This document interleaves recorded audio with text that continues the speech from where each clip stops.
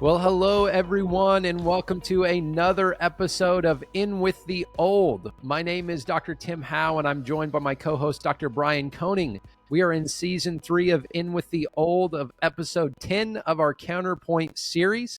And tonight we have a discussion about Noah's Ark and some potential disagreements that we have. But as we get started tonight, I'm glad that you're joining us online. And Dr. Brian, welcome to you as well. How are you doing today, Dr. Brian? I'm doing good, and I'm refreshing the window because I don't know if we're actually live yet. Oh, okay. I didn't want to preempt it this time. I was letting it roll. It is not showing up on YouTube. We got some people in the chat. Giving it one more second. Let's see if it's live. Yes, we are now live. Okay. Man, it is throwing me off. I apologize for that, but we're going to roll through it. Welcome, everyone. I'm excited for tonight, the end of Season 3. Tim, can you believe we've already made it through 3 seasons? This time last year, this was just an idea in our minds. We were talking about, should we be even doing this, or what would it cover? And so it's been a joy and a pleasure to go through these seasons with you, Dr. Tim. So yeah, I'm excited to cap this off and then look ahead a little bit at what's next. Yeah, it's really been great, and it's been rewarding and enriching just to have the conversations, but also to see people benefit from them, and to be able to talk about things that oftentimes there's either just not the space or time to talk about in other environments. And this is, of course, a passion of ours, and so again, thank you for everyone who's joining us and making this possible and making it so rewarding. So Dr. Brian, let's just dive into it tonight. We've got a lot to talk about, and the umbrella, kind of pardon the joke there, the term that we're going to be talking about tonight, or theme at least, is Noah's Ark. And so Noah's Ark is, of course, a very broad kind of topic. But really, the heart of our debate tonight is the meaning of Noah's Ark. And in particular, was the flood described in Genesis 6 through 9 historical? And if it was historical, what was the extent of it? These are some of the things that we're going to be talking about. And this is a convergence of a lot of things. It's a convergence of studying the Bible and its literary context. It's a convergence of what we see in the historical record. It's a convergence of what we see in the scientific record. And so we've got a lot of things to discuss, and I'm going to dive in. If you're new and you're just joining us, basically our layout is that one of us goes first, laying out a position, the other then responds, laying out their own position, and then we interact with each other's position, asking questions and maybe trying to bring some clarity or even some challenge if there's some challenge to be brought. And so I'm going to go first tonight. And here's what I would like to do. As we think about the issue of Noah's Ark, I think what we have to do first is to say the idea of Noah's Ark really is not the best way to even frame it. Because when we think of Noah's Ark, we oftentimes go back to our kind of childhood nostalgic view of animals and clouds and rainbows and everyone smiling, when in reality, the story of Genesis 6 through 9 is arguably one of the darkest stories in all of the Bible. It really is a story of judgment. And so what I want to do is just contextualize it a little bit and then give 3 important contexts that I think help us to determine the meanings and the reference in Genesis 6 through 9. So as we come to Genesis 6, Genesis 1 through 5 sets the stage for the flood. God creates the world perfectly in perfect harmony, Genesis 1. He creates humanity in Genesis 2. He gives them everything that they could need. He gives them dominion over the earth. And yet what we see in Genesis 3 is a very quick fall into temptation and sin. And so God's purposes and designs are in a sense thwarted in Genesis 3.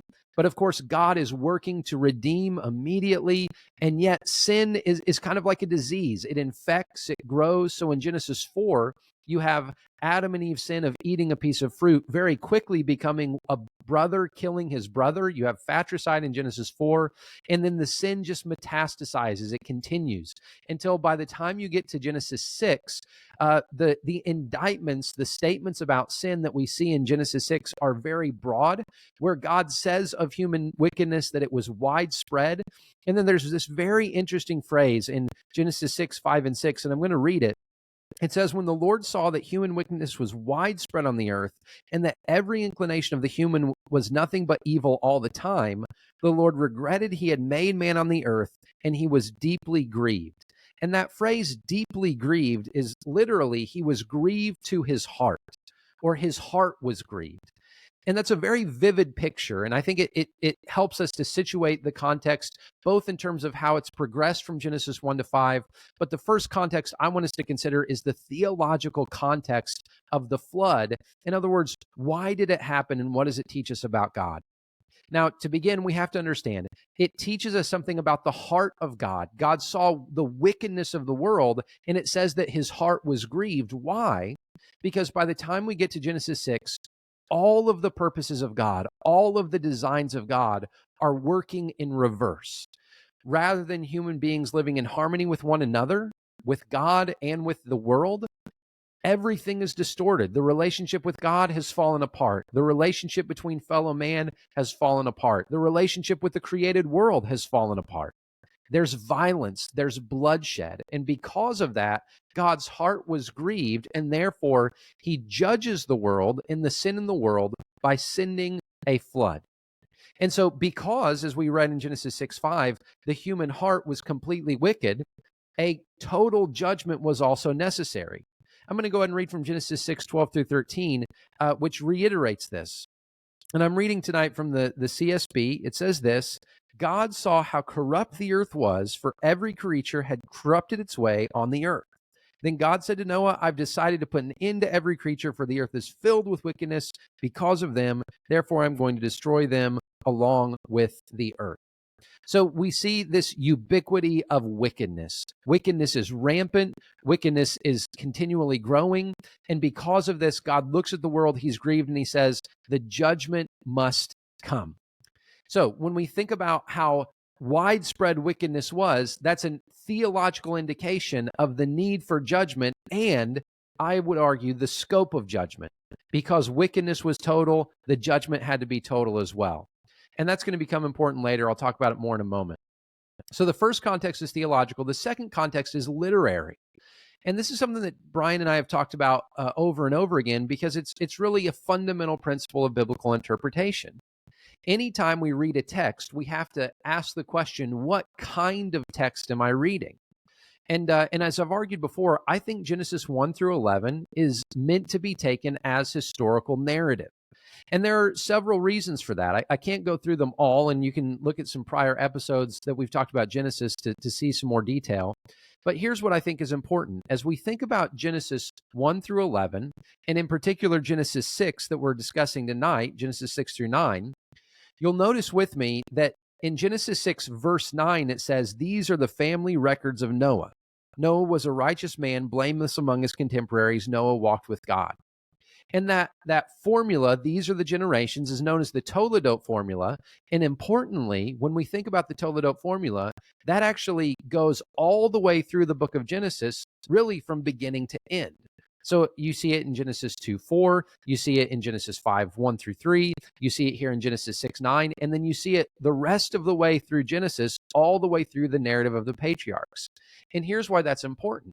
I believe the use of that literary formula indicates that the genre we see here in Genesis 6 is the same as the genres we see later, which are very clearly historical narratives that are meant to describe real-life historical events. So I think that's what we have here in Genesis 6, an historical narrative.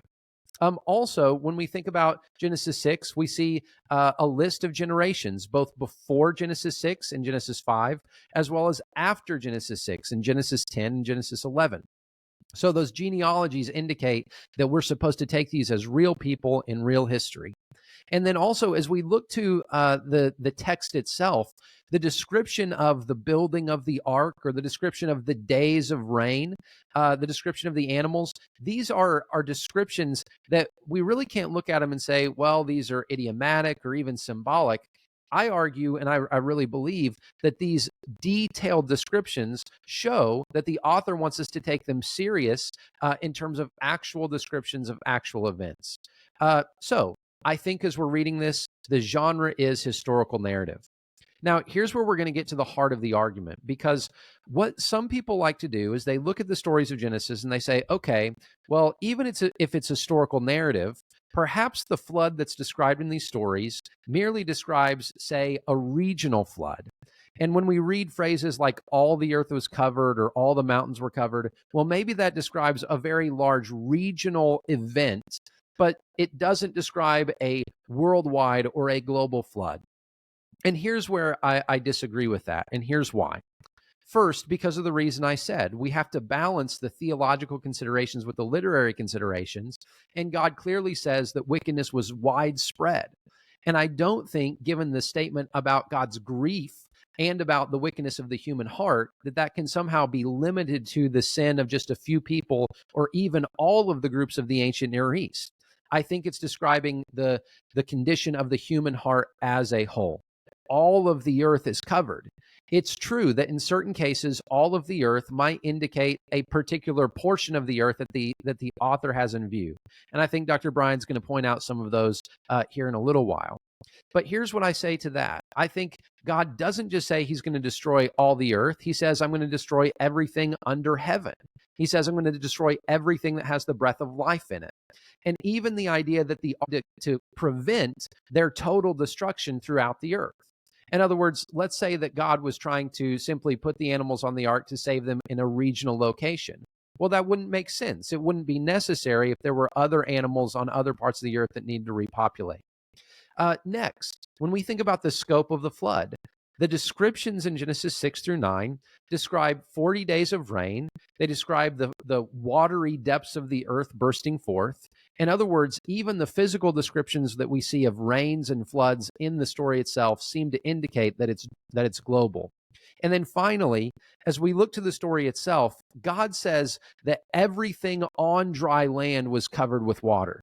And here's where, when we think of that reference to dry land, this doesn't just speak of a region. In other words, I think that reference to dry land actually goes beyond a description of all of the earth. Why? Because of what we read in Genesis 1, where the dry land refers to the dry land that God brought out of the seas, he brought out of the waters. And so what we see here in Genesis 6 through 9 is really a recreation of everything. And you can't have, just to state the obvious, a recreation of everything unless everything is recreated. So I think that reference to dry land actually pushes against a regional claim, because Genesis 1 clearly refers to the creation of the entire world and the dry land coming out of the entire world. So you have first the theological context, second the literary context, and then third, I want to briefly explain the covenantal context and why I also think that points to a global reference as well. When we think about Genesis 9 in particular, at this point, the flood is over. God has remembered Noah. He has saved Noah and everyone on the ark. And now new creation is ready to come forth. And at that point, God makes a covenant. And importantly, God doesn't just make a covenant with Noah and his sons. That might be the first and maybe even the primary recipient of the grace of God. But the text also says that God made a covenant with the earth itself. And so the covenant that we see in Genesis 9 establishes, or we might say reestablishes, God's created design and his intentions for human beings, both in their relationships with each other. We see that in Genesis 9:6, where God says, no longer will I allow people to kill without having just punishment. But now on the other side of the flood, he says, I'm going to require the life of any man who sheds the blood of his brother. We can go into that more detail, but again, I just think Genesis 9:6 reestablishes a covenantal expectation between humans under the lordship of God. But also we see this reestablishment of the relationship between human beings and the land. Just as humans are given dominion over the earth in Genesis 1, they're given dominion over the earth again in Genesis 9. But the point here is they're given dominion over all the earth in Genesis 1. And I don't think anyone would argue that that doesn't cover all of the globe of earth. And then also we see the reestablishment of relationship between humans and animals. And this, by the way, extends to humans being able to eat meat. We see that in Genesis 9, again in verses 1 through 4, that talk about humans being given animals to eat. But here's my point. All of those covenantal contexts in Genesis 9 point to global realities. They point to fundamental realities between, again, humans and humans, humans and the earth, humans and animals, that to me, it doesn't make sense would only apply in a regional context or even in a national context referring to the nation of Israel. All of those are fundamental shifts between humanity proper, or humanity as a whole, and the earth as a whole, or nature as a whole, or even humanity as a whole. And so the covenantal promises point to fundamental relationships of created order, again, echoing back to Genesis 1. So I'm going to summarize it the best I can. When we consider the theological context, the literary context, as well as the covenantal context, I think each of those point to considering the story of the flood as global in scope, as well as foundational in terms of its importance in understanding our role as human beings, as co-regents with God, but as human beings in a fallen world after the flood. So I believe the flood is literal. I believe it's historical narrative. I believe Noah built an ark. I believe that ark floated on a deluge and an open flood that covered the world, and that God rescued Noah as well as those animals, and on the other side of it, reestablished his covenant with the world. So, of course, there's a lot more there that I could go into, but that's my basic position, and I'm happy to kick it over to Dr. Brian so that he can explain where he's coming from on the story of Noah's Ark. Dr. Brian, it's all yours. Awesome. Thank you, Tim. Well done, as always, and some interesting points. And I was taking notes. We've got some fun stuff to talk about in the Q&A. So I'm going to argue for a few things here tonight. 3 primary points, 2 of which I don't think will be very controversial. 1 might be controversial. So first, I'm going to argue that the story of Noah's Ark is chiastic.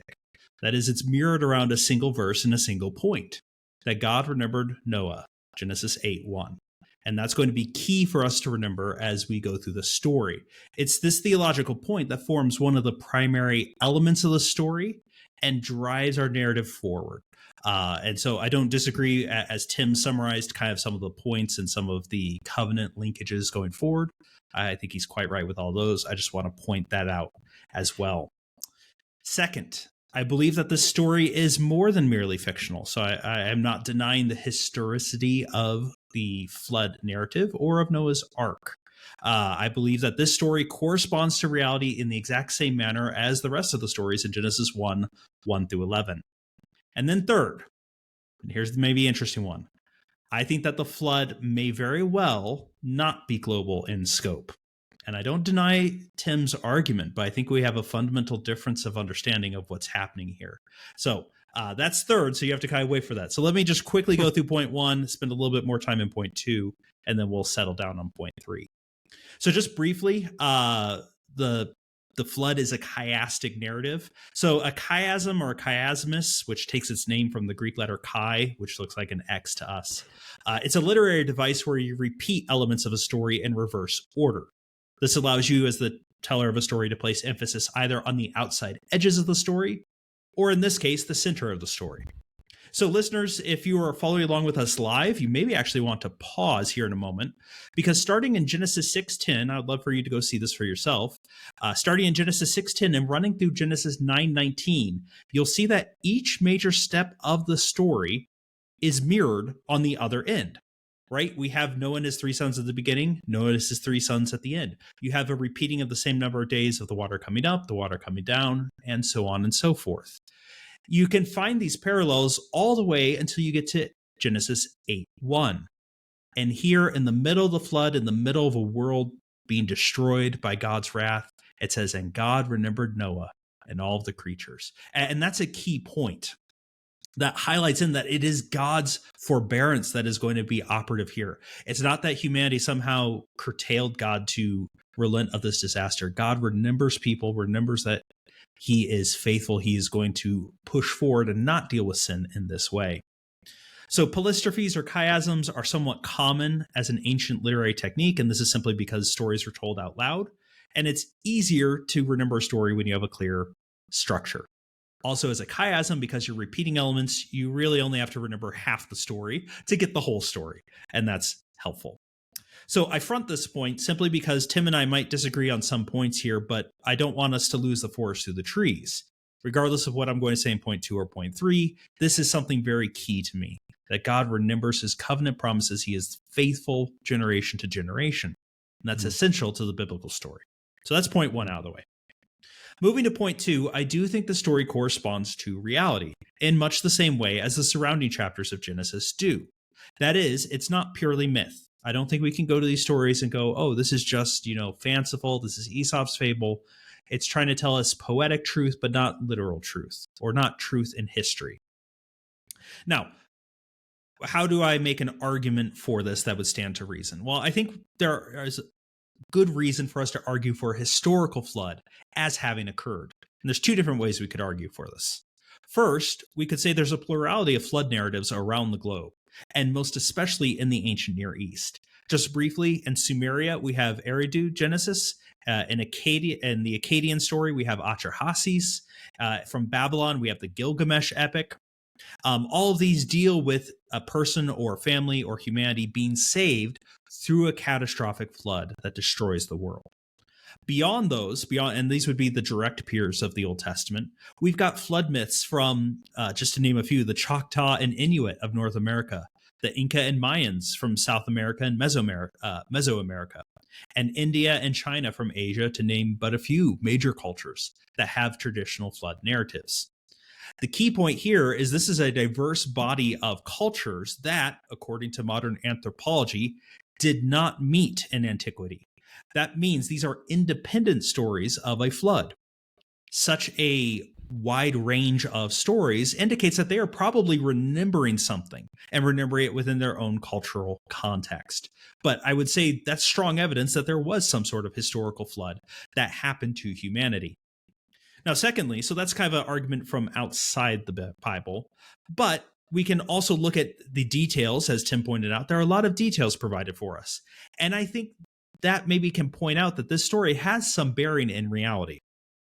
Now, Noah's Ark was massive by ancient Near Eastern standards, but it's relatively tame, you might be surprised, compared to some of those other stories I shared.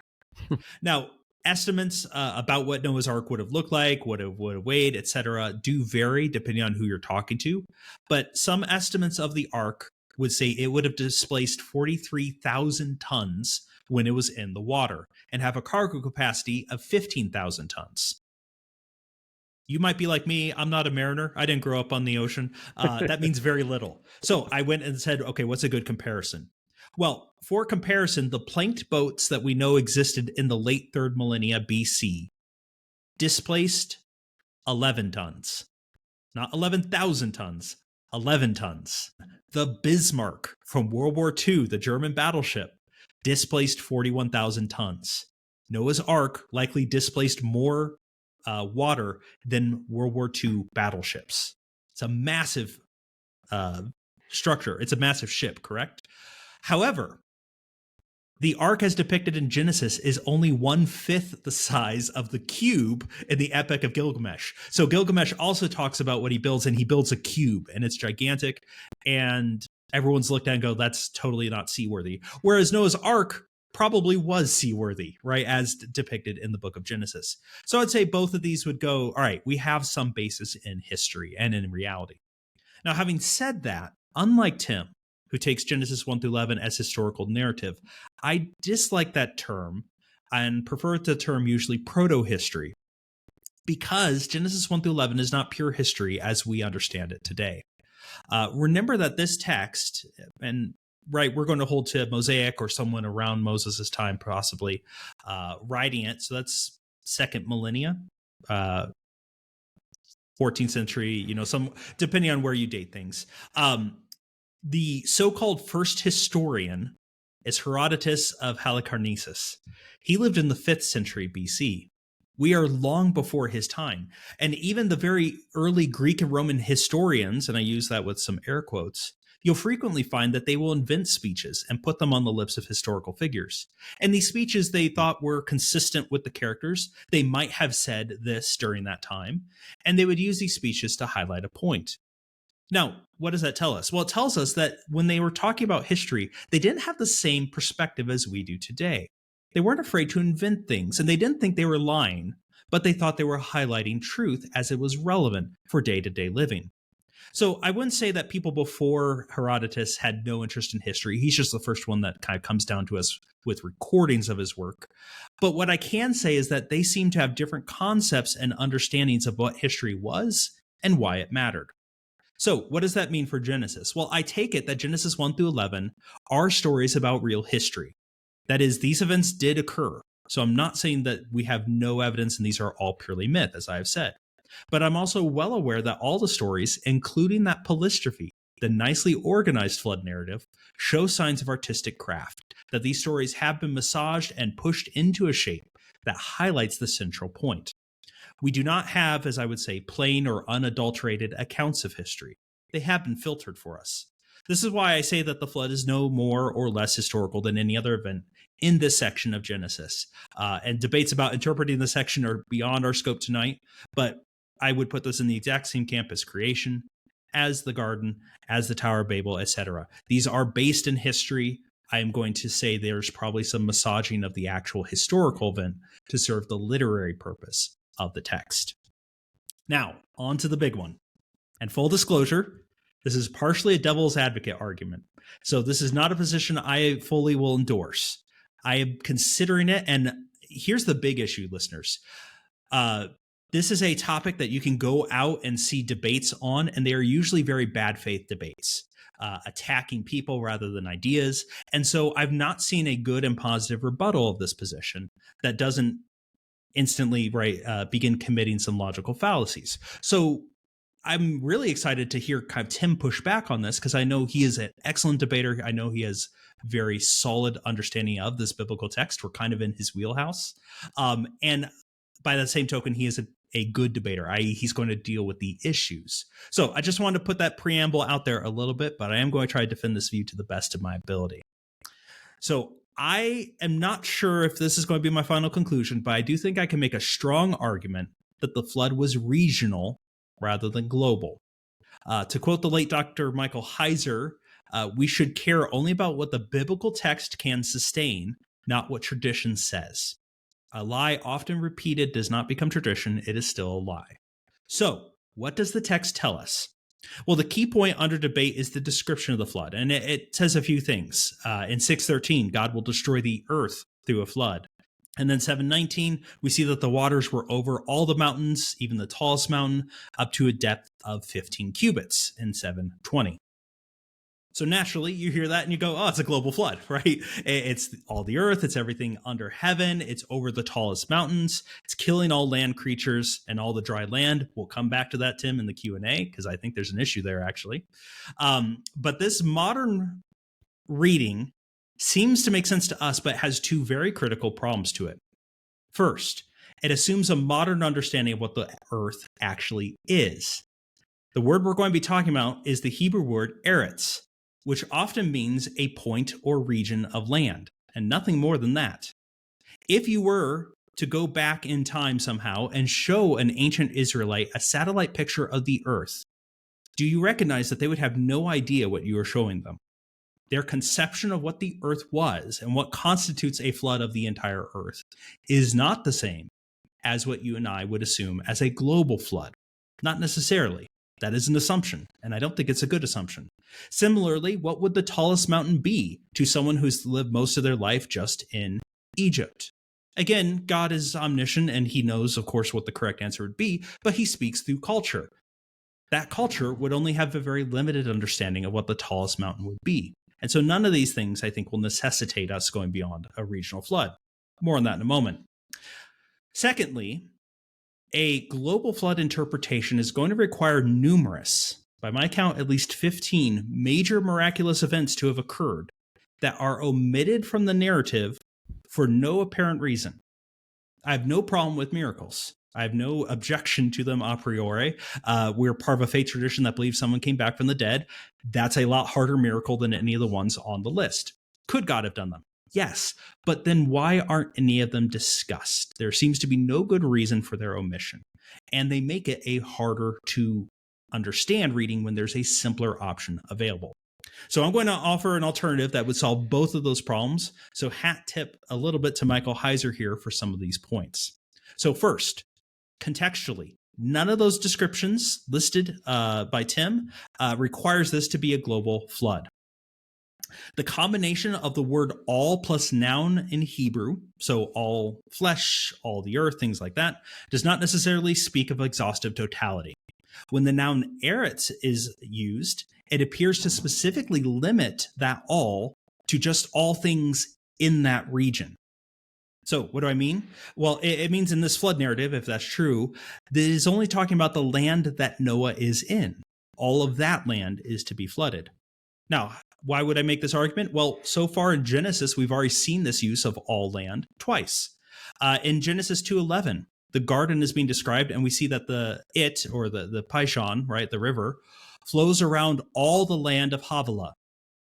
It certainly doesn't mean the entire land of Havilah is underwater, but rather through the breadth of the land of Havilah, the river runs. Same with the Gihon and Cush in 2:13. Genesis 13:9, Abram is looking to Lot, and he says, "Is not the whole land before you?" Does Moses mean all the earth is now before Lot? Well, most certainly not. Rather, the region they are currently in is before him, and he can see and choose what he wants. I can go on and on. You have 1 Samuel 14:25. All the land entered the forest. The all there is people. It certainly doesn't mean everyone. It means some of the people. 2 Samuel 18:8. For the battle there was spread over the whole land or whole earth. Again, it's not talking about battle being extensively joined. It's talking about in that region. There is no region free from combat. So the designation that the flood would cover all the land certainly does not necessitate grammatically a global flood. In fact, it seems actually in the context of Genesis to indicate a region rather than the whole earth. Similarly, the combination of all plus flesh does not always mean every single thing. And in fact, we have some theological problems if it does. Psalm 65:2 says, "Oh, you who hear prayer, to you shall all flesh come." Are we universalists? Are all people saved? If not, then all flesh does not mean all people, but means all of a specific group under discussion. Same with Isaiah 40, verse 5, and we reference this, and it's cited in the New Testament, right? In Luke, all flesh shall see, or all flesh shall be saved. Again, cannot mean everyone unless we're universalists. Jeremiah 25:31 speaks of God entering into judgment with all flesh, but contextually, he's talking about the nations, not Israel. Joel 2:28, my spirit will be poured out upon all flesh. Cited in Acts 2, right? Pentecost. It wasn't everyone in Joel chapter 2. It's not everyone at Pentecost either. It's all of a specific group. And there are others as well. So again, this points out that the meaning of all flesh here appears limited or denoted by the context of the story. It does not necessarily mean every single last thing on earth. Lastly, and this is where Tim and we're going to have some questions on, because I agree that the sin of humanity is total and all of it needs to be dealt with. We can't have people escaping the flood. Similarly, the covenants are going to be binding on all humanity, and all humanity needs to be dealt with. Humanity has not been dispersed by the time of the flood. This is mentioning is happening specifically at the end of the flood story, Genesis 9:19. If God's desires to punish human sin, there is no need for a global flood. Everyone is still in a relatively compact geographical region. The spread of humanity happens after this. Likewise, the nation list in Genesis chapter 10 seems to be operative and frame us to only certain people groups being in view after this. The people being indicated do not add up to what we would say as all the peoples of the earth, but are the peoples of the region at that time, framing this to be focused into the specific region. While the term Eretz does appear to be universal within the creation story and be translated as earth, it's important to know that translations like the NASB begin translated more often unambiguous text as to what it means. So that's point one. I don't think the text forces us to say this is global. It seems to equally be able to support a regional flood. Similarly, and we'll go to my second objection, this seems to beg incredulity to make it global because it introduces some problems. If the flood is regional, then the ark and its logistics actually make sense. Conversely, a global flood requires numerous unstated miracles to have occurred. Now, how many animals are there in the world? How many vertebrate animals only? Let's say we limit it to that. Could they all fit on the ark? Well, I'm not sure about the total number, Tim, because I kept getting higher and higher numbers. But I will say, if we look at just the Mediterranean, the Eastern Mediterranean, we'll go, up into maybe Turkey, down into Egypt. We have somewhere around 35,000 individual vertebrate animals. That is a large amount, but that would be able to fit on the ark as described in Genesis for housing the number of animals, the 7 clean pairs and 2 unclean pairs, right? However, taking a global requires some interesting things we have to add in. So hat tip to Gavin Ortland and David Snoke here on the miracles that God would have to have performed for these things to go forward, but aren't mentioned.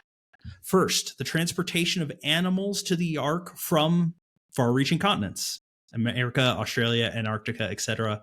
For the animal biomes do not match between the continents. So it's not enough to say they could all be wiped out and be repopulated from here, or else you have to have a very high animal population that would not fit. And that's going to go in to point 2. There had to be a miracle about the compression of animals in the ark. The described volume of the ark is not large enough for the millions of animal species plus food, fresh water, etc. for 370 days, which is the length of time they were on the ark. Next, there would have to be a miracle feeding the carnivorous animals, or else Noah is having to bring on some animals just for the purpose of dying. By the way, my favorite Far Side comic is the dinosaurs seeing the ark disappear and going like, oh, shoot, was that today? Anyway, that's also why I think we were missing unicorns. The lions ate them. Anyway, back to the miracles that would have to have occurred. There had to be a miracle of care taking in. We only have 8 people. How many animals could they reasonably take care of day in, day out, plus the tons of dung being produced?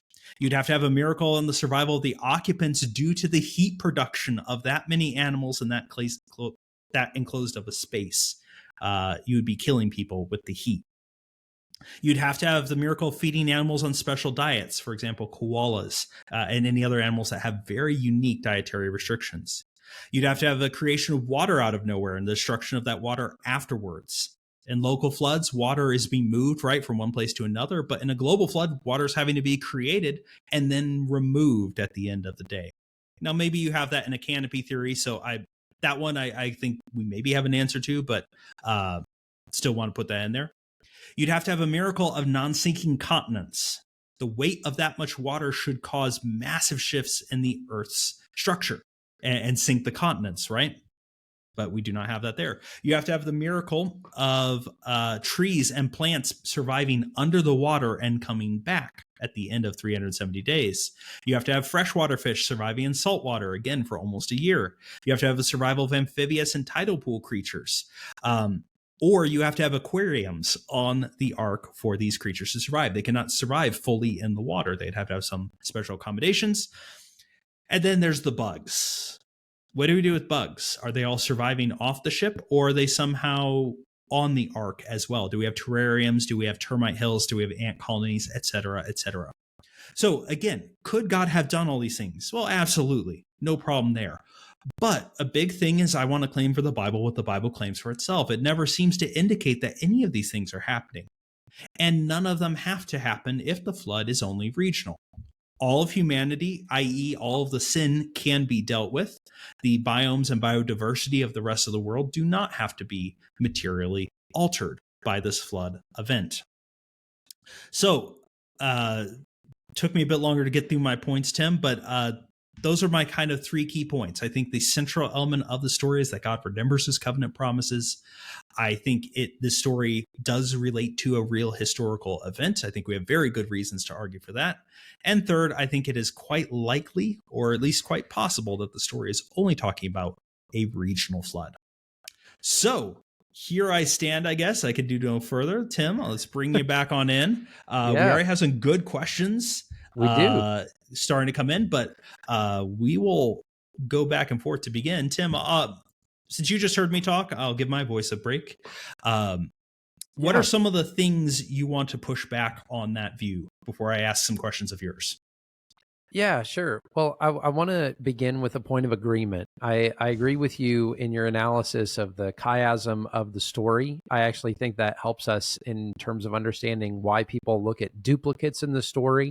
And of course, that has led some to see multiple authorship or two different stories of the arc. But actually, and I don't know that you mentioned this, Brian, I can't remember, a chiasm helps us to understand why that's not actually true. Mm, And in some cases, people see a chiasmus or a chiasm where it's not there. But in this case, I think the analysis holds up to scrutiny. And here's the point: it's one unified story, and at the center of the story is this covenantal language of God remembering the ark. yep. Which occurs again in Exodus, right? When God remembers the covenant that he's made with Abraham, Isaac, and Jacob.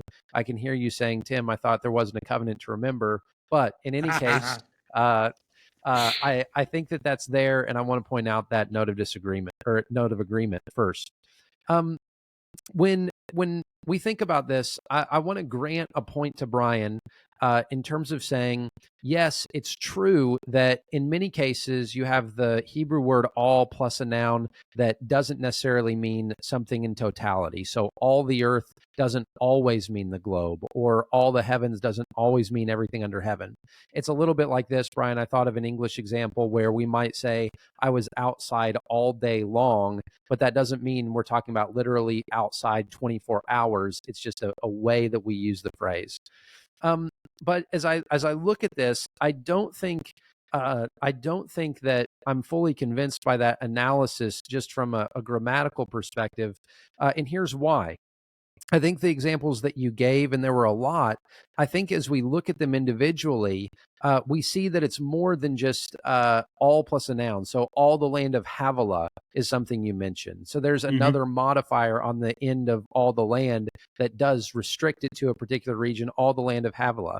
Or when Abraham says to Lot, you're looking out and choose from among all the land, it's very obvious contextually that he's talking about the land of Canaan because that's the land that they have been said to travel to. So you gave a lot of examples, but as I listened to those and as I've considered those, I think to me the theological bearing of the ubiquity of wickedness actually has to weigh into those grammatical considerations. I want to, in other words, because the wickedness was universal in the human heart, I think the punishment has to include all humans. So the most interesting point, Brian, that I'd like to kind of hone in on and maybe hash out is a point that you made about the possibility that the regional flood, if I'm understanding you correctly, your position is that a regional flood could have included all of humanity and therefore been a punishment for all humanity's wickedness because humanity had not been dispersed at that point. You see the occurrences or the descriptions in Genesis 10 as coming later, or the end of Genesis 9 and Genesis 10 coming later. So, Brian, my question for you is: do you believe that the flood, even if you believe it was regional, had to have affected all humanity, or do you think that's not necessary? So good points. I like the comment about we always look for chiasms and they aren't there. That's kind of a joke, right? Biblical studies, like when in doubt, just say there's a chiasm in there. But Sure. this one seems to be there. Yeah. Um, so your question is I hypothetically, if I think humanity is already all around the globe, would I still be okay with just a regional flood? Correct. Yeah, I guess that would be one way to put it, or to say, do you believe that the story, in order to punish all of humanity, has to include it wherever it is, or do you think because it's not dispersed, it does? I would just like you to explain that a Yeah. little bit more. Yeah, No, so that's a good question. Yeah. So there is some debate in the ordering of the chapters, right? When does Genesis 10, when does Genesis 11 take place? right. Because it is the end of Genesis 9 that says from this point they began dispersing, that I think they come after the flood. Hmm. But I could be argued off that position, I guess. But then that brings up your question. If people are already spread out over the world, what do we have? And it's a good question because I think what you have to have at the very least is you have to have the covenant representative held accountable. Okay. But the problem is who's the covenant representative? Because I think chronologically, right, we're going to say Adam's dead. Mm. he doesn't make it to the flood. Even we're doing like young Earth chronology, right? And everyone's back to back to back to back. He's gone. And lacking that, I think it does have to be all people, because it is important, right? You need all sin to be accounted for in this punishment. So if humanity is dispersed all the way around the globe, I would maybe have a greater problem with saying that the flood is just regional, because that seems to be a mismatch. However, going back to a point in the garden, which you don't agree with me, and that's fine, that there are other people, but that doesn't matter because Adam is the covenant head. We'll go to the example we do agree upon. Christ can stand as the covenant representative for many people.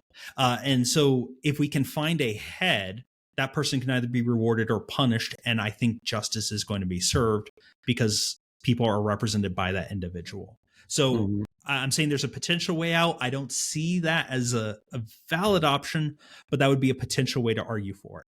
But no, I think all humanity needs to be punished. And so that's why I'm more intrigued by this to go, wait, if all humanity is there, I mean, we're talking about a massive region. So listeners, don't go like, is he just saying like the flood we see on the 5 o'clock news? No, I mean, this would be something that covers the entire Eastern Mediterranean. I mean, this is a flood on unprecedented scale, but it's not the whole globe either. So did that answer your question, Tim? That's a really good question. Really making me think. It does. And I think it speaks to the need to weigh grammatical considerations with literary considerations, with theological considerations, right? It's not just, oh, well, the grammar necessitates this or the literary genre is this. It's all working in concert. So Brian, here's kind of my next question, and I want to pick one up from the Q&A. When we think about the dispersion of coming from Jacob, I thought had the same question. Is it possible that animals were not dispersed pre-flood, which would then alleviate the need or the problem, I guess, that you addressed of or raised from, bringing animals from different continents and those kinds of issues? Is it possible that that was also true of animals? I mean, possible, but I don't see why we would conclude that from the text. Right. And it solves one issue by raising another issue. The diversity of created animals is a number that cannot be contained within the ark. Right. So if they're all present just there and not dispersed, that doesn't really help us. And I don't see anything in the text, and correct me if I'm wrong, Tim, but I don't see anything that would indicate that.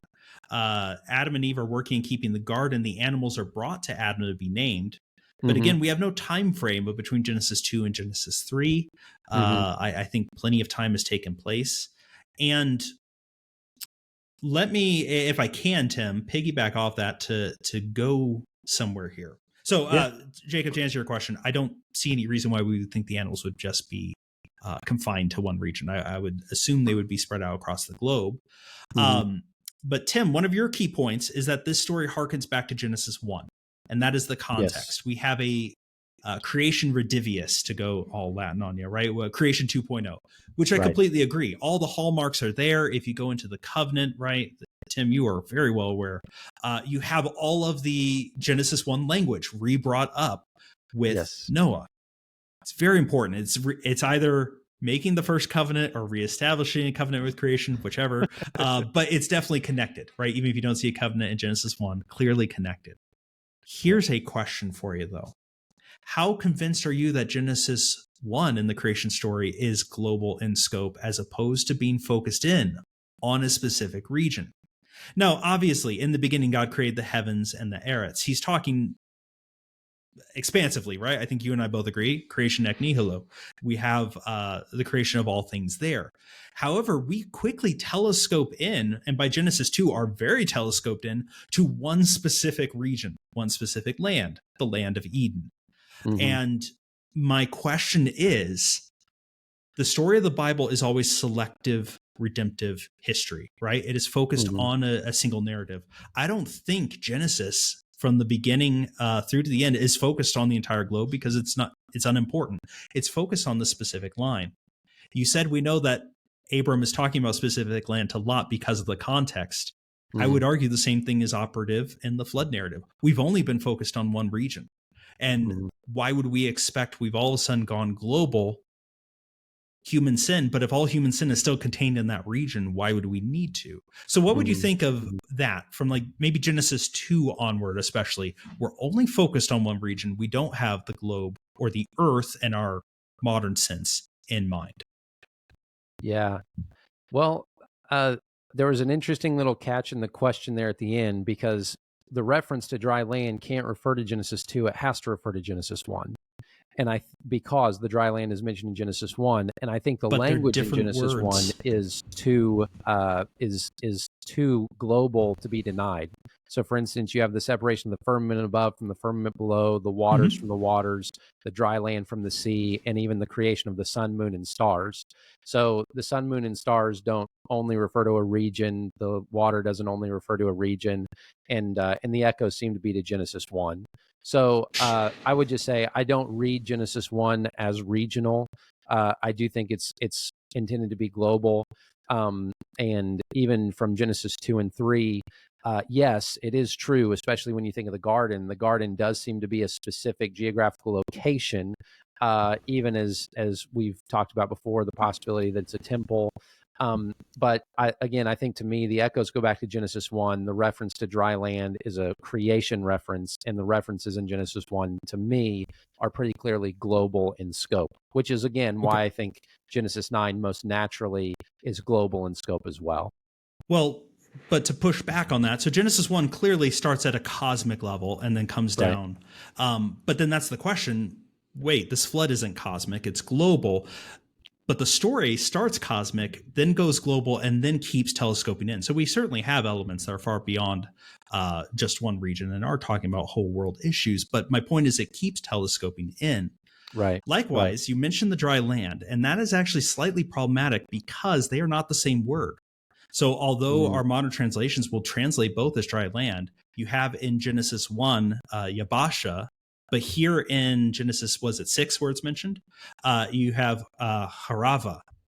They're related terms, but they're not identical. The author of Genesis uses both in several occasions. Yabasha seems to specifically relate, as far as I can tell, to land that is underwater. So this is what Moses says Israel's going to cross over on the Red Sea. It's what they're cross over the Jordan on. Where Harava seems to have slightly different context. So my point would be, if the author of Genesis wanted to make that connection, he's got the word right there. He picks something else. And that it's a related word. And my question would kind of be, well, why not make that more explicit? All the elements are there, but we do have something a little bit different. What would you think about that? To that, I'm going to have to say I'm going to have to temporarily punt, because that's what I get for relying on the English translation instead of picking up my Hebrew Bible. So I'm going to look at this while we're talking and see, because there are multiple references to the dry land in Genesis 6 through 9.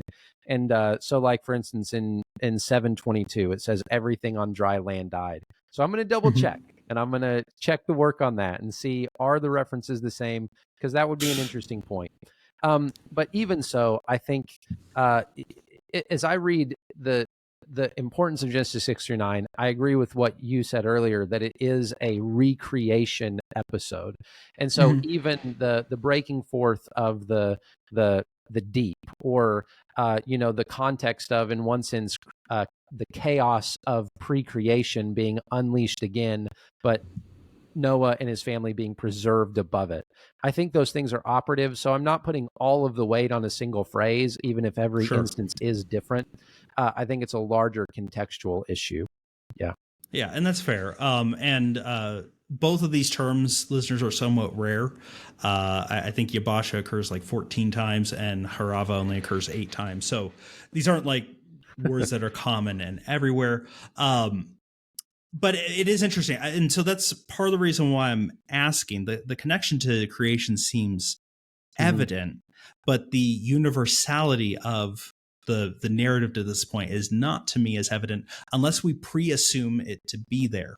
And the genealogies, as you have pointed out, are, I think, operative because there are limited genealogies. We're tracing only specific lines. And so the focus has continually, to me, been kept on the minor points of the story, or not minor points of the story. Sorry, the small details of the story. Right, we're zoomed in. rather than trying to take some global perspective. Mm-hmm. And so it strikes me as odd that we come to the flood and then say, okay, now we're global. But then we come back to the Tower of Babel in 2 chapters and then go global again and then come back to be focused in Abram. Isn't there a much simpler through line of saying we're focused in on one region, humanity is not dispersed through the Tower of Babel, then we let them go across all the globe, then we are going to slowly target in on Abram and once again be on that kind of single line and single region at a time focus. Interesting. So so there are plenty of right of local flood proponents that are going to say, as Tim pointed out, right, that there are people outside and not covered in the flood. I would actually have an objection to that form of local flood. Unless in the comments it was said, well, maybe Noah could be the covenant head, but he can't be because he's not established as the covenant head till the end of the flood. So yeah, I don't have a good answer for that. So I'm going to say if people have dispersed, it has to be global. If they aren't, I'm okay with it being regional. Sorry, Tim, just filling time. Go ahead. Go back over to you. Yeah, no, I mean, I have a few questions or a couple of comments and then a question. Mm-hmm. As I look at the problems with the ark itself, I think that there are some, and of course, this is all speculation beyond the biblical text. But the question is essentially, would it have been possible to house the animals, feed the animals? And so there are objections about the ark itself. And as I think about those, I think there are a lot of potential answers. One was raised in the Q&A. Could God have placed the animals in hibernation? I actually think that's a pretty reasonable solution to the issue of food. If they were fed really well before the flood and they enter into a hibernation, I think that's very possible as a solution. I think it's also possible, as we think about the biodiversity that we see today, that the animals that were on the ark were not to the level of species, but perhaps a little bit higher on the order of animals, so that the animals in the ark could have produced the biodiversity that we see today, especially if they had a variety of genetics in the couples that came on the ark as animals. And the same thing with things like water filtration systems or air drafts. There are a lot of different theories of the ark that take those things into account. Why? Because those are the kind of practical issues that have to be kind of thought through and solved. But I think there's a textual answer to that. The focus on the text, as we've said throughout, is highly selective. So there's some interesting potential answers to that. I really don't get hung up on those personally because I just believe that those things can be solved. I don't even think they have to be miraculous. But here's what you can respond to that, obviously, Brian, but here's at least part of your argument that I look at and think may not be internally consistent, or maybe you can help me with it. When we think about the independent nature of many of the flood narratives, we think about that from various civilizations on various continents, right?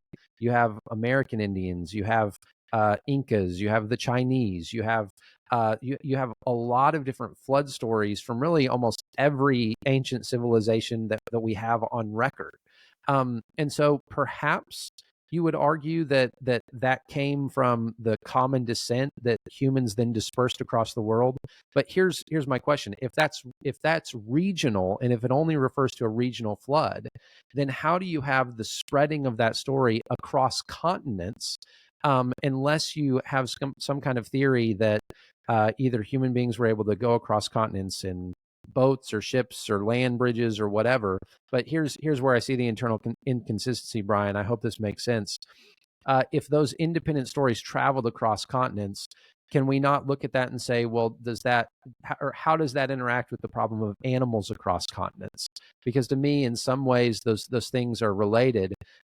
I tend to think that when it comes to the flood, if the flood is literal, I think the point you brought up is true, that would have had to have had an impact even at the level of a continental shelf. And trust me, I don't pretend to know much of anything about plate tectonics, but my point is, when we think about the world before the flood, you have independent flood stories from various continents, which seems to me to raise a host of issues that was a horrible, really way to make that comprehensive. But do you see what I'm saying at all? And how would you interact with some of those ideas, I guess, Brian? I'm just going to throw that all on you. That's the way I'm going to debate tonight. There you No, go. it's a good question. But to quoque, you have the exact same issue because interestingly enough, I'm not debating the common approach to local flood theory, which is there's still people all around the world, right? I am Mm-hmm. interestingly enough, from the end of the flood onward, we're in agreement with what the story is, but that means we both have the same problem. How did these stories disseminate? Because they had to Right. come from the exact same set of 8 people. Yeah. And so I guess my point is, if you think there's a challenge there, it's a challenge you will also have to face. Now, listeners, if you came to our inerrancy and creation debate, you'll kind of know that I'm open to a lot more time than young earth creationism will allow in Gen. It's from this event, people spread across the globe from that point. And I, like Tim, and I'm not a geologist. My brother is, but I'm not going to even pretend to know the first thing about the science there. But I'm going to say there's, however we think the peoples of the world got to their various regions, that's post Tower of Babel. We have migratory patterns in that way. I think that does push us back pretty far in history.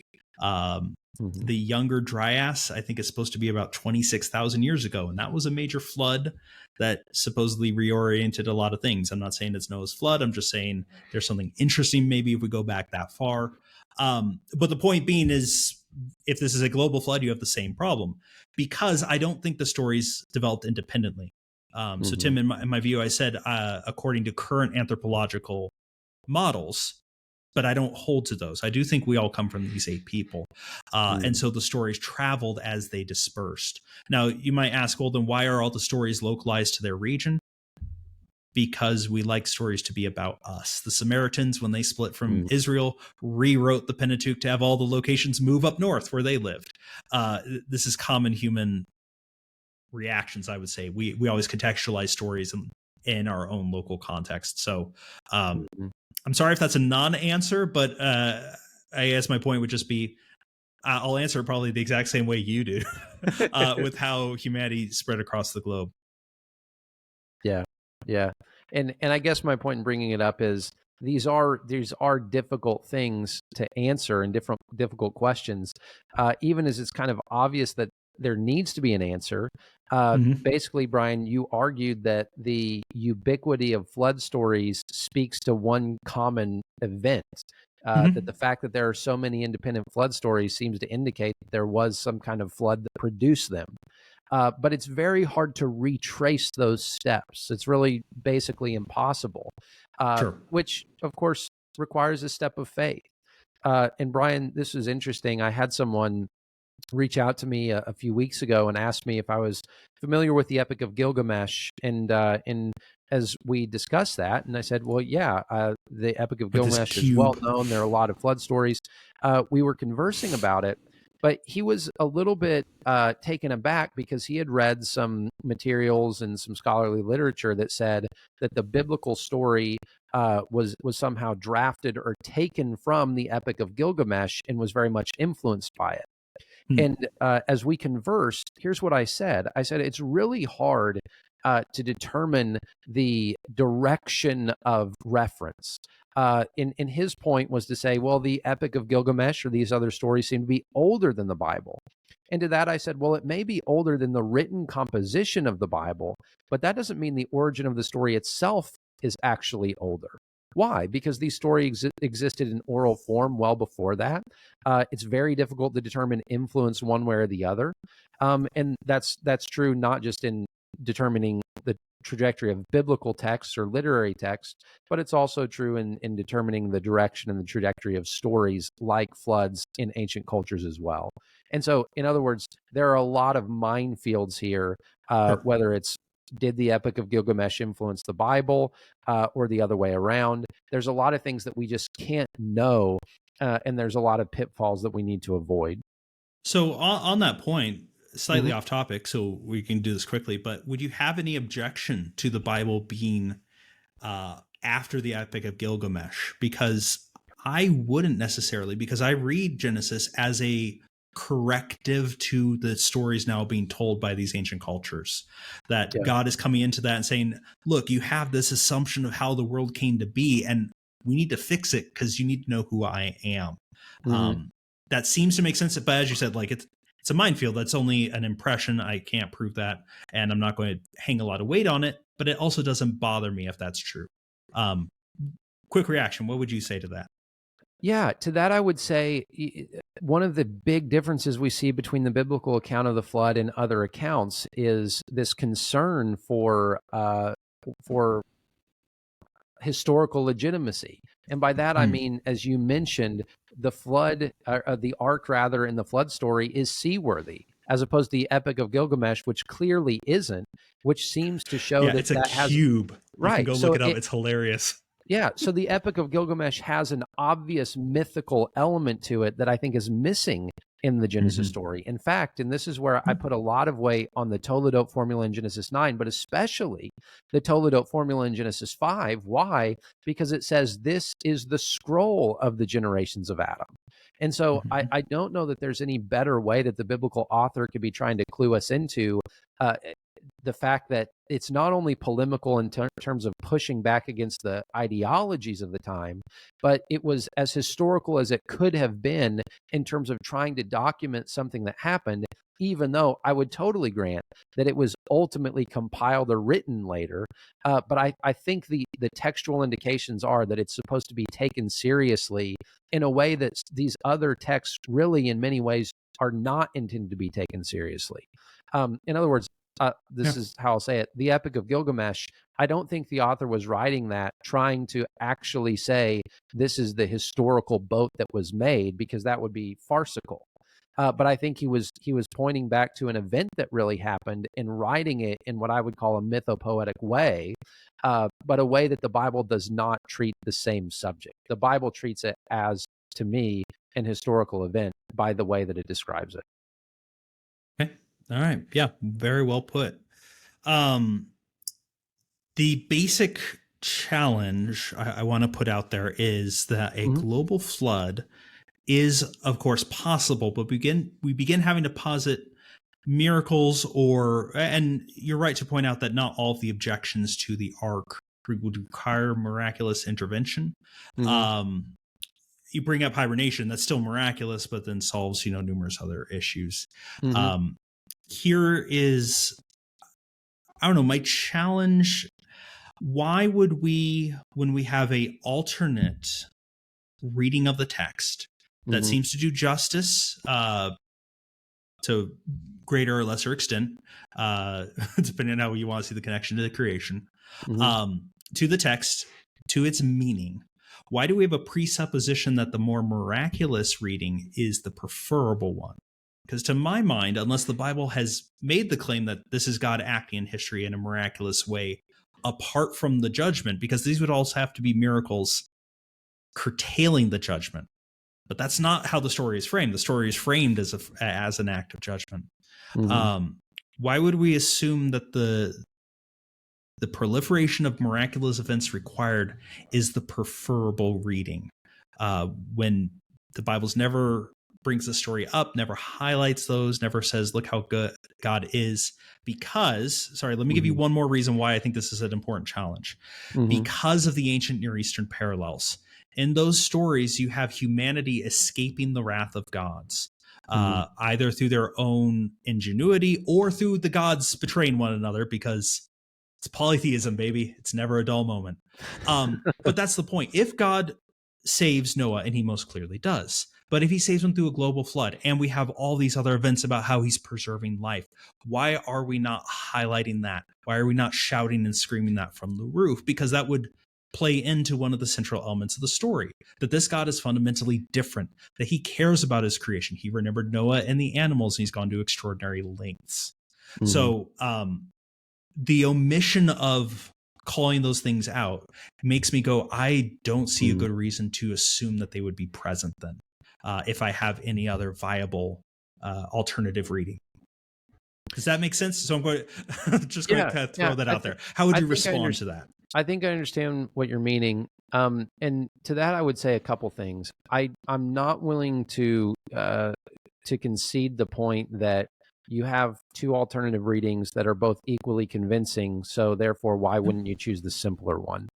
I really do come back to the idea that given the universal nature of sin, given the universal nature of creation and the references that we see in Genesis 6 through 9, that to me, the scales are tipped, interpretively speaking, towards seeing it as universal. So I don't think I'm willing to say, well, if you have this option and it's simpler and it's just as plausible, then why not choose it? To me, I just don't see it as the same level of plausibility. Now, what I will say is, I think you're right in terms of the main point of the story being God's remembrance of Noah. And so to me, I think it's a both and rather than an either or, right? I think you can highlight the main points of the story, which are God's faithfulness, God's remembrance, God's establishment of Noah and his family as the one through whom his salvation is going to come. I think those are the main points, but I don't think that in any way really weighs upon whether or not the story is global in nature or not. So yeah, to me, I think the best I can, I'm trying to understand what the text is saying.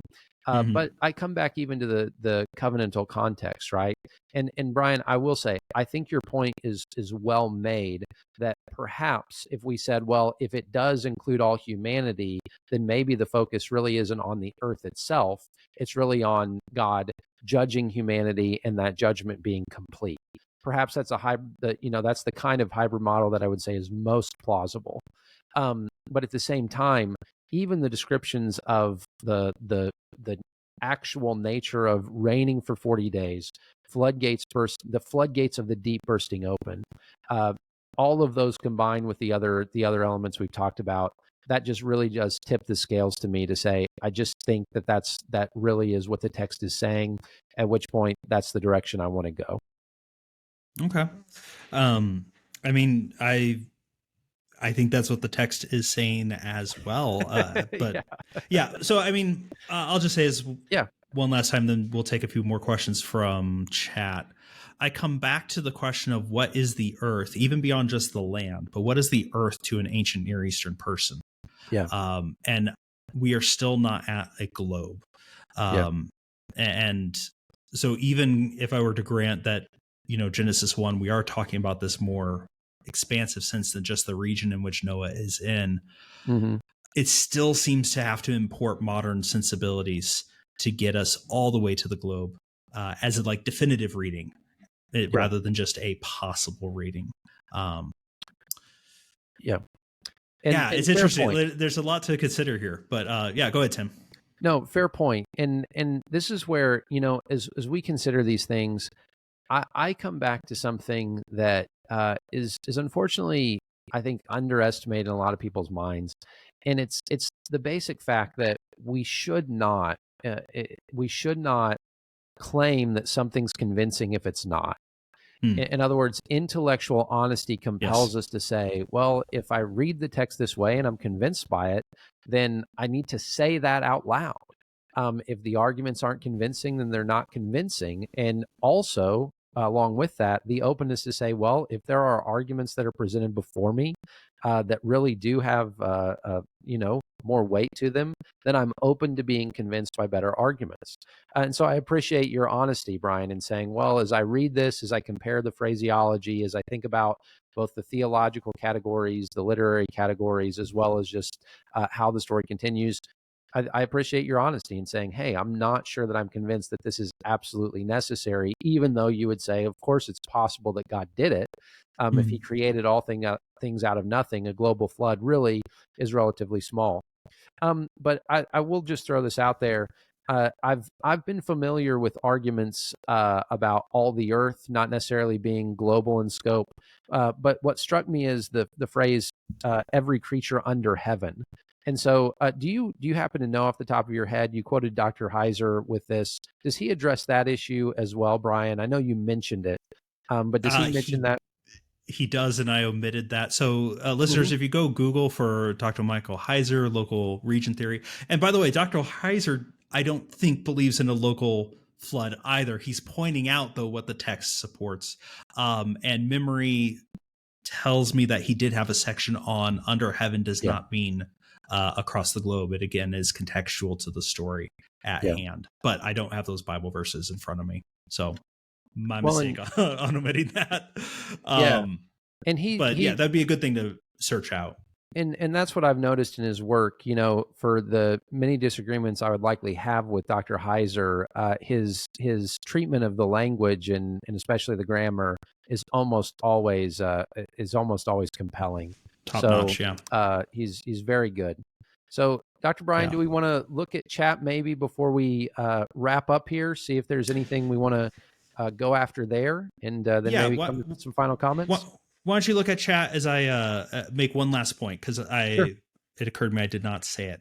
So, listeners, as I'm considering this view, right, and I said even at the outset, this isn't a view I necessarily adopt. It's one I'm considering.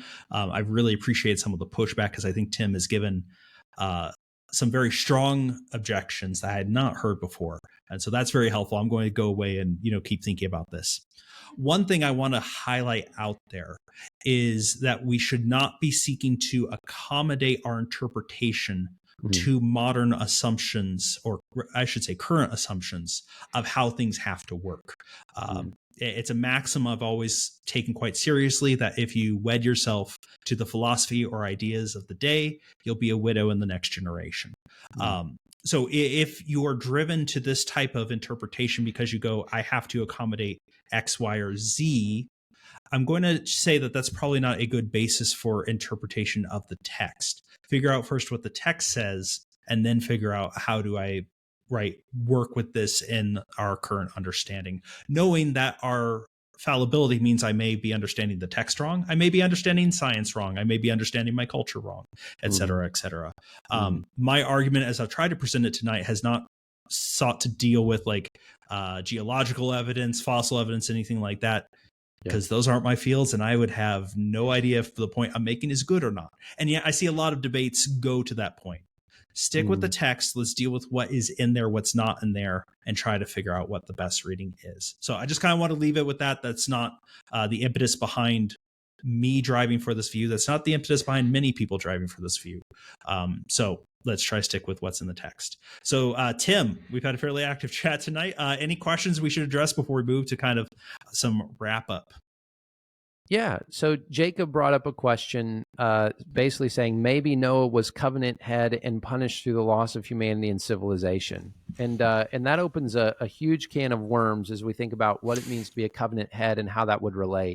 But Jacob, to that, I would simply say, as we think about Noah, in essence, we know he is to some degree a covenant head in this sense, that God makes a covenant with Noah and his sons, meaning that covenant is then in effect for all humanity after them. And as I mentioned, what's often overlooked is that it's not only a covenant with Noah and his sons, it's actually a covenant with the earth as well. So the earth is kind of personified even in the text of Genesis 9. We see that, by the way, in various ways, all the way back in Genesis 4, right? The earth or the land is crying out the blood of your brother. We see that the land is defiled. So this land, I'm not saying the Bible says the land is alive. It's a figure of speech. But here's the point. Noah, in a sense, acts as a stand-in for all of humanity. The covenant that God makes with him and his sons is in effect for all of humanity. But maybe that could serve to bolster Brian's point that if Noah serves as a covenant head, then perhaps it's not necessary to see every single human being involved. But again, I tend to see that as the reason why he makes the covenant with Noah is because Noah and his sons are the only humans left, and therefore de facto they have to be the ones that he makes the covenant with. So So that's how I would answer that, Brian. What would you say? Yeah, no. So initially I was like, no. The covenant's made at the end of the flood narrative. The way you could possibly argue this, Jacob, and so if we're wanting to say so humanity is already dispersed, which I'm not saying, but if you want to say that, and that it is still only regional and it's okay, I think you'd have to assume there is a covenant with creation, that Adam was the covenant head and that passed through his line. So it is the line of Seth. So whoever the head of that family is would be the covenant head. And in that case, you do have this interesting thing that it is Noah is the only one saved. The rest of the family is destroyed. And the rest of any of, kinsfolk, people that they lived amongst. Maybe you could go an argument that way. Tim, to your point in a conversation we had quite a while ago about the Nephilim, if the sons of God refers to the Sethite line, that maybe actually strengthens that they are in covenant relationship with God. This is just, I'm kind of thinking off the cuff. That's how you could argue it. I don't know if I'd want to argue it that way, but you maybe could. Yeah. It all comes back to the Nephilim, Brian, doesn't it? Oh, baby. Yeah. How did they survive? And anyway, no. That's also, by the way, listeners, one of the reasons why some people argue for a local flood, because the Nephilim show up again later in the Bible. How could they if they were destroyed, et cetera, et cetera. Yeah.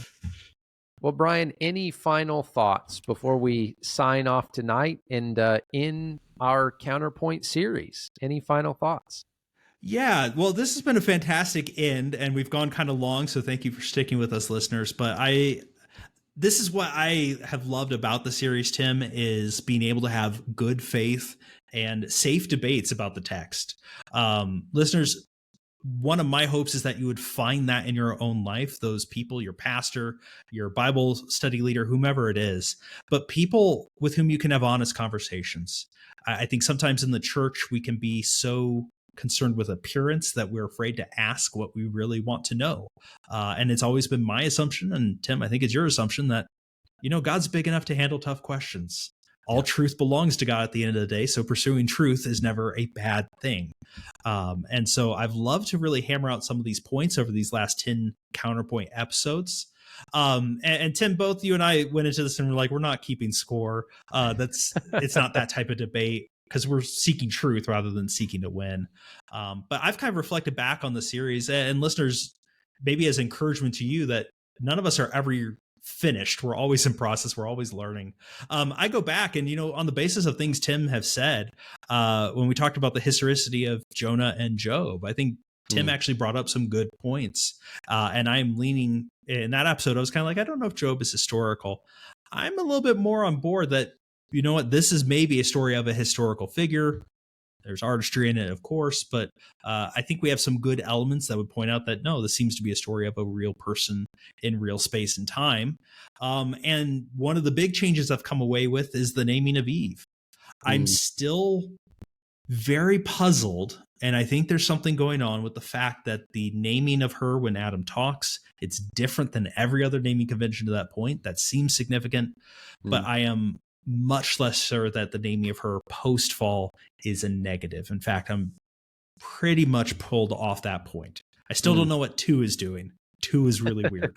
But so just that to show, like, hey, we're people who study the text a lot, and we're still changing our views, changing our ideas as we seek after God. So if you ever feel like I don't have all the answers, none of us have all the answers. That's the beauty of our study. We're pushing for more day by day. So those are kind of my thoughts, Tim, on tonight, on the series. Why don't you bring us on home? Yeah, well, I love it, Brian. We talked earlier about just this idea that as we consider these things, we're always in a process of growth. And so one of the things that Old Testament studies often highlight is the importance of covenant. And as I've said many times, I had kind of a stake in the ground to say there is no covenant in Genesis 2. It's before sin, and therefore covenantal language is illegitimate. It imports a sinful category into a sinless world. And I am not to the point where I would say I have taken the flag out and burned it, but I'm at least taking it out of its hole and considering what to do with it. And so it's something where I'm much less convinced that the covenantal language is somehow a sinful importation. At which point, Brian, you have made some great points. And even tonight, right? The idea of God remembering, that is covenantal language. And I have to somehow account for how that covenantal language is there if God has not yet made a covenant. So there are many things, and some of them may be in some sense small, but in another way, this is part of what it means to me, Brian, to love God with all your heart, soul, mind, and strength. When we think of meditating on the law of God, it's meditation, yes, in the most practical, everyday matters of my daily walk with the Lord. That's so important. but also sometimes it's just mulling things over and allowing our minds to be shaped and shifted, and allowing the text to mold us. And this is something that, of course, is valuable in its own right. But also it's even more valuable whenever you're able to do it with someone that is seeking honest answers to honest questions as well. So, Dr. Brian, I've cherished it. It's been a lot of fun. And Dr. Brian, I know you would echo the same sentiment. Thank you so much to our listeners. We love doing this with each other, but it's that much more valuable whenever you're involved, both by giving us your questions live or sending us questions online. It's a great adventure. And as Dr. Brian said, a year ago, this was just a thought. And now to have done 3 seasons and to have answered a lot of questions and be able to engage with the text, it truly is a blessing. So, Dr. Brian, any final word before I sign us out? Well, listeners, I hope you stay with us in the next couple of weeks. We have 2 interviews coming up. Next week, we're bringing back Dr. Christian Wilder, who is on with me for a discussion of the Second Temple. The week after that, we're going to be interviewing Dr. Russell Meek on some of his latest work on Ecclesiastes. It's going to be fantastic. And then we'll have a year-end review where we'll answer some questions and talk about next year, because there's some great things coming up in 2024. So excited for these next couple of weeks and excited to end out this year with you, Tim. Awesome. Well, thank you, Dr. Brian. And we just praise the Lord and thank him for his blessing. As we look toward 2024, we hope that you make plans to join us as well. Share us with your friends. Let people know about what we're doing. And hopefully we're going to build more appreciation for God's word, and especially the Old Testament in the days and months ahead. Hey, thank you so much for being with us tonight. And as always, stay cool and stay old.